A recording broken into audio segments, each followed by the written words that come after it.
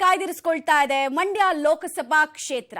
ಜೆಡಿಎಸ್ನ ಅಭ್ಯರ್ಥಿಯಾಗಿ ಕುಮಾರಸ್ವಾಮಿ ಅವರು ಕಣಕ್ಕಿಳಿತಾರಾ, ಏನ್ ಕತೆ ಅನ್ನುವಂತಹ ಸಸ್ಪೆನ್ಸ್ ಇನ್ನು ಕಂಟಿನ್ಯೂ ಆಗ್ತಾ ಇದೆ. ಜೆಡಿಎಸ್ನಿಂದ ನಾಳೆ ಅಭ್ಯರ್ಥಿಯ ಅಧಿಕೃತ ಘೋಷಣೆ ಆಗುತ್ತೆ. ಇಂದು ಚನ್ನಪಟ್ಟಣ ಕಾರ್ಯಕರ್ತರ ಸಭೆಯನ್ನ ಕೂಡ ಮಾಜಿ ಮುಖ್ಯಮಂತ್ರಿ ಎಚ್ ಡಿ ಕುಮಾರಸ್ವಾಮಿ ಅವರು ಕರೆದಿದ್ದಾರೆ. ಸ್ವತಃ ಅವರ ನಿವಾಸದಲ್ಲಿ ಕಾರ್ಯಕರ್ತರಿಗೆ ಹಾಗೂ ನಾಯಕರಿಗೆ ಬುಲಾವ್ ಬಂದಿದೆ. ಸಭೆಯ ನಂತರ ಮಂಡ್ಯ ಕ್ಷೇತ್ರದ ಅಭ್ಯರ್ಥಿಗೆ ಸಂಬಂಧಪಟ್ಟಂತೆ ಒಂದು ಕ್ಲಾರಿಟಿ ಸಿಗುತ್ತೆ. ಗೊಂದಲ ಇರೋದು ಕುಮಾರಸ್ವಾಮಿ ಅವರೇ ಅಖಾಡಕ್ಕೆ ಇಳಿತಾರಾ ಅಥವಾ ಪುತ್ರನ ರಾಜಕೀಯ ಭವಿಷ್ಯವನ್ನ ಗಮನದಲ್ಲಿ ಇಟ್ಕೊಂಡು ಪುತ್ರನಿಗೆ ಅವಕಾಶ ಸಿಗುತ್ತಾ ಅನ್ನುವಂತಹ ವಿಚಾರ.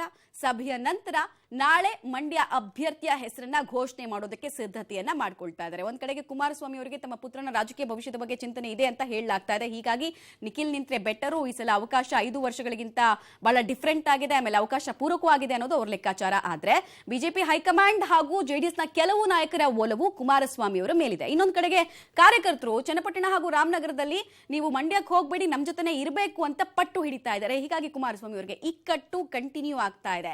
ಈ ಇಕ್ಕಟ್ಟಿನಿಂದ ಹೊರ ಬರೋದಕ್ಕೆ ಮೀಟಿಂಗ್ ಕರೆದಿದ್ದಾರೆ. ಡೀಟೇಲ್ಸ್ ಕೊಡ್ತಾರೆ ರೋಹಿತ್, ನೇರ ಸಂಪರ್ಕದಲ್ಲಿ ಜಾಯ್ನ್ ಆಗ್ತಾರೆ. ರೋಹಿತ್, ಮಂಡ್ಯದಲ್ಲಿ ಸ್ಪರ್ಧೆ ಮಾಡಬೇಕು ಅನ್ನೋ ಒತ್ತಡ ಕಾರ್ಯಕರ್ತರಿಂದ ಆ ಭಾಗದಲ್ಲಿ ಕೇಳಿ ಬರ್ತಾ ಇದೆ. ಈ ಕಡೆ ಚನ್ನಪಟ್ಟಣ ಹಾಗೂ ರಾಮನಗರದ ಕಾರ್ಯಕರ್ತರು ಬೇಡ ಅಂತ ಇದ್ದಾರೆ. ಸೊ ಕುಮಾರಸ್ವಾಮಿ ಅವ್ರಿಗೆ ಇಕ್ಕಟ್ಟಿದೆ. ಇಕ್ಕಟ್ಟಿನಿಂದ ಹೊರ ಬರೋದಕ್ಕೆ ಇವತ್ತಿನ ಮೀಟಿಂಗ್ ಎಷ್ಟು ಪ್ರಮುಖವಾಗ್ತಾ ಇದೆ, ಮತ್ತೆ ಯಾರೆಲ್ಲ ಬರ್ತಾರೆ ಈ ಮೀಟಿಂಗ್ ನಲ್ಲಿ ಅಂತ?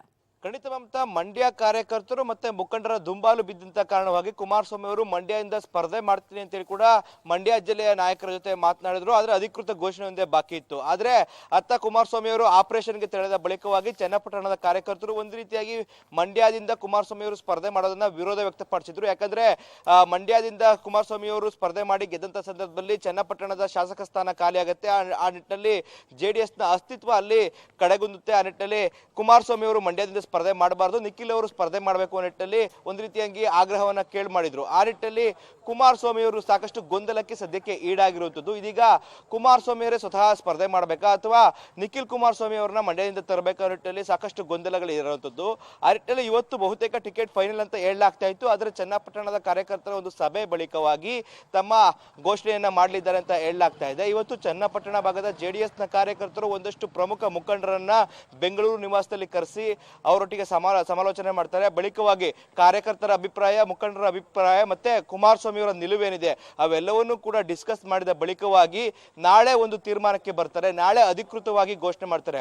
ಸದ್ಯ ಇರುವಂತ ಆಯ್ಕೆ ಕುಮಾರಸ್ವಾಮಿ ಅವರ ಮುಂದೆ ತಾವೇ ಸ್ಪರ್ಧೆ ಮಾಡುವಂತದ್ದು ಅಥವಾ ನಿಖಿಲ್ ಕುಮಾರಸ್ವಾಮಿ ಅವರನ್ನ ಸ್ಪರ್ಧೆ ಮಾಡುವಂತದ್ದು. ಯಾಕಂದ್ರೆ ಮಂಡ್ಯ ಜಿಲ್ಲೆಯ ಯಾವುದೇ ನಾಯಕರು ಕೂಡ ಲೋಕಸಭಾ ಚುನಾವಣೆಗೆ ಸ್ಪರ್ಧೆ ಮಾಡಕ್ಕೆ ಒಪ್ಕೊಂಡಿಲ್ಲ. ಆ ನಿಟ್ಟಿನಲ್ಲಿ ಇವರಿಬ್ಬರು ಮಧ್ಯೆ ಸದ್ಯಕ್ಕೆ ಏನು ಸ್ಪರ್ಧೆಯ ಒಂದು ನಿರೀಕ್ಷೆ ಇರುವಂತದ್ದು. ಆ ನಿಟ್ಟಿನಲ್ಲಿ ನಾಳೆ ಕುಮಾರಸ್ವಾಮಿ ಅಥವಾ ನಿಖಿಲ್ ರವರು ಇಬ್ಬರಲ್ಲಿ ಒಬ್ಬರನ್ನ ಆಯ್ಕೆ ಮಾಡುವಂತದ್ದು, ಘೋಷಣೆ ಮಾಡುವಂತ ಸಾಧ್ಯತೆ ಕೂಡ ದಟ್ಟವಾಗಿ ಕಾಣ್ತಾ ಇದೆ. ಮಮತಾ, ರೈಟ್, ಧನ್ಯವಾದ ರೋಹಿತ್ ತಮ್ಮೆಲ್ಲ ಮಾಹಿತಿಗಾಗಿ. ಒಟ್ಟಿನಲ್ಲಿ ಕುಮಾರಸ್ವಾಮಿ ಅವರ ಆಯ್ಕೆ ಯಾವುದು ಅನ್ನೋ ಕುತೂಹಲಕ್ಕೆ ನಾಳೆ ತೆರೆ ಬೀಳಲಿದೆ. ಪುತ್ರನ ರಾಜಕೀಯ ಭವಿಷ್ಯನ ಅಥವಾ ಹೈಕಮಾಂಡ್ನ ಇಂಗಿತನ?